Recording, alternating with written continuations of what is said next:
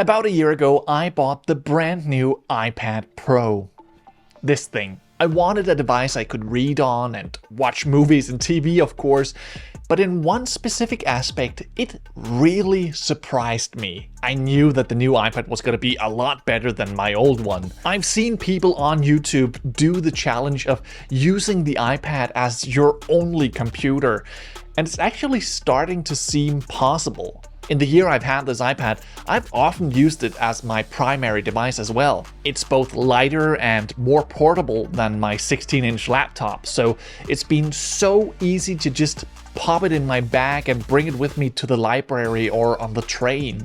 I've been using it for both drawing, video editing, spreadsheets, writing. In fact, this entire video was written on the iPad. And for the most part, the iPad is actually really great at all of those things. I think what is so beautiful about the iPad is exactly this versatility. It can be a tablet, it can be a laptop, but where it surprised me the most was as a gaming console. Now, this made me wonder, could the iPad become a true competitor to the Nintendo Switch? I believe it's pretty close, but maybe not quite yet. Alright, so in this video I'm going to try to make the case that an iPad is a good alternative to the Nintendo Switch. For some, it might actually be preferable. And I'm gonna split my argument into two parts, so let's start by talking about the hardware.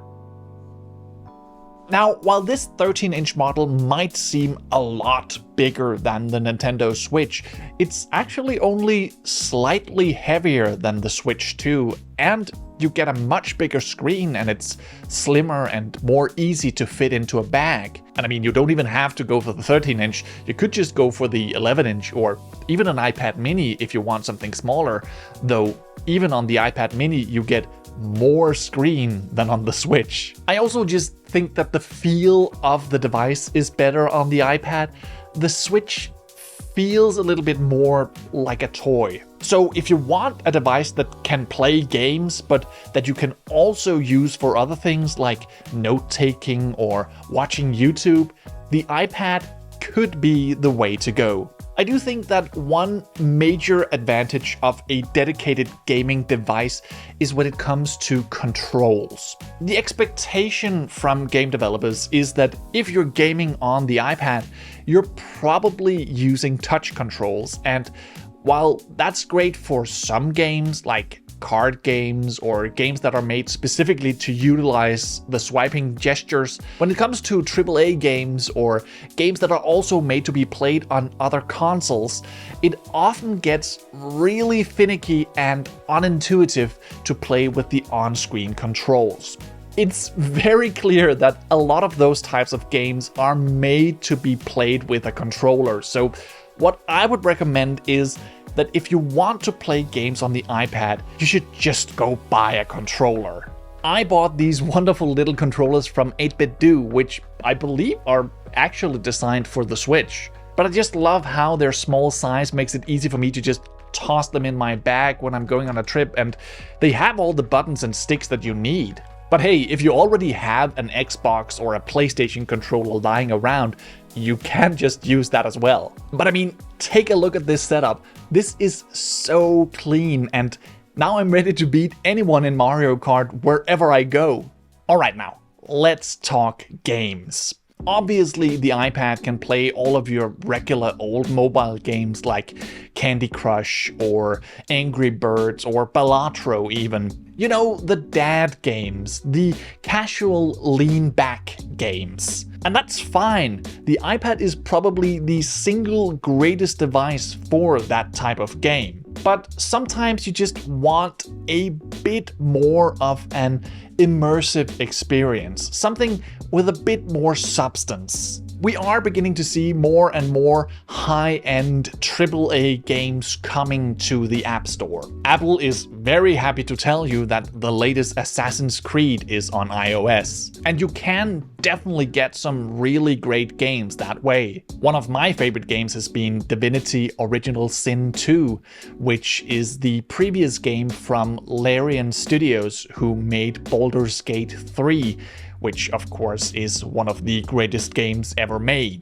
But let's be honest, the amount of games on the App Store is just simply no match to Steam. So wouldn't it be great if you could get all of your Steam games on the iPad? Well, you sorta can. What I use is a service called GeForce Now from Nvidia. This lets you stream your Steam games. So basically what that means is that Nvidia has a PC somewhere in the world that actually can run all of these games. So when I launch the game on the iPad, they are streaming the gameplay to me while I am sending my controller inputs to them. And it sounds way more complicated than it actually is. It's really kind of incredible that this is even possible. This means that I can now play games like Split Fiction or Played Up or The Witcher on the iPad, even though none of those games have an iPad version. My partner and I played through the entirety of It Takes Two sitting in bed with the iPad. And again, this is such a thin and lightweight device, but you still get a massive 13-inch screen, which is more than enough if you're playing in bed. It should be said that not all games are available on GeForce Now, and it does require you to be online for it to work. But then again, you can get the iPad with a cellular connection, so you can basically always be online. Now, this solution is kind of dependent on your internet speeds. If you have a crappy connection, you will probably find it incredibly frustrating to play like this. Speaking from experience, I have died in a game more than once due to laggy Wi-Fi. But hey, it's an option.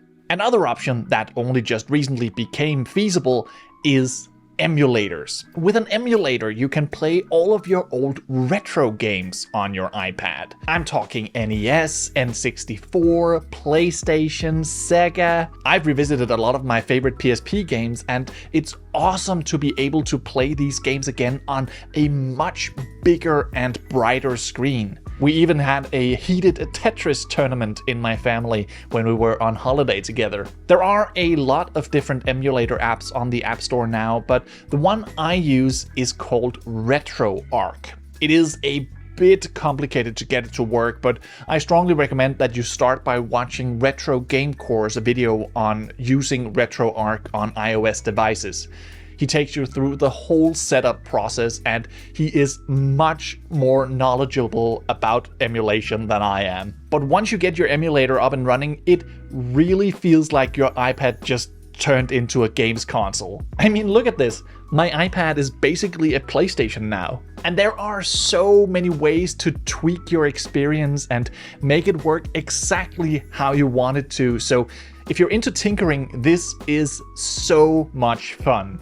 Now, if you're not into tinkering and you do not have a steady enough internet connection to do game streaming, then the iPad probably isn't the right choice of gaming handheld for you. What I wanted to do with this video was just to showcase how awesome the iPad can be as a gaming device.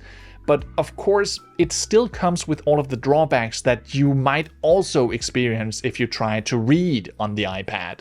You still sometimes get notifications that take you out of what you're focusing on, whether it's a book or a game. Sometimes you just want to unplug from the world and transport yourself into another world, and that's where I think a dedicated reading device like a Kindle or a dedicated gaming device like a Nintendo Switch really shines. And I really wish that more game developers would consider the iPad as a gaming platform on par with the Switch. It is most definitely capable of running games at the same quality as a Switch, but they're just not as readily available on the iPad.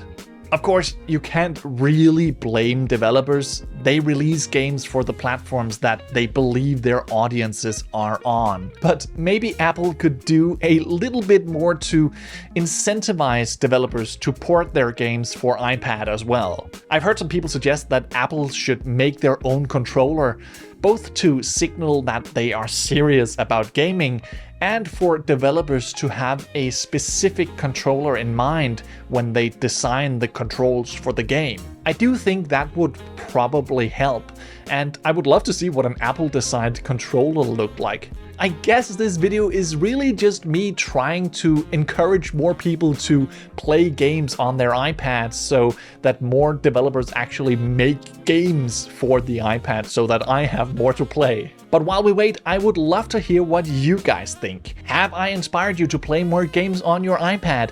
Maybe just different games? And if you already do game on the iPad, do you have any good recommendations? Let me know in the comments down below. And while you're down there, make sure to leave a like if you enjoyed this video, and feel free to subscribe to the channel if you want more videos from me. But with that said, that's pretty much all I had for you today. My name is Martin Rice. Thank you so much for watching, and until next time, take care and so long.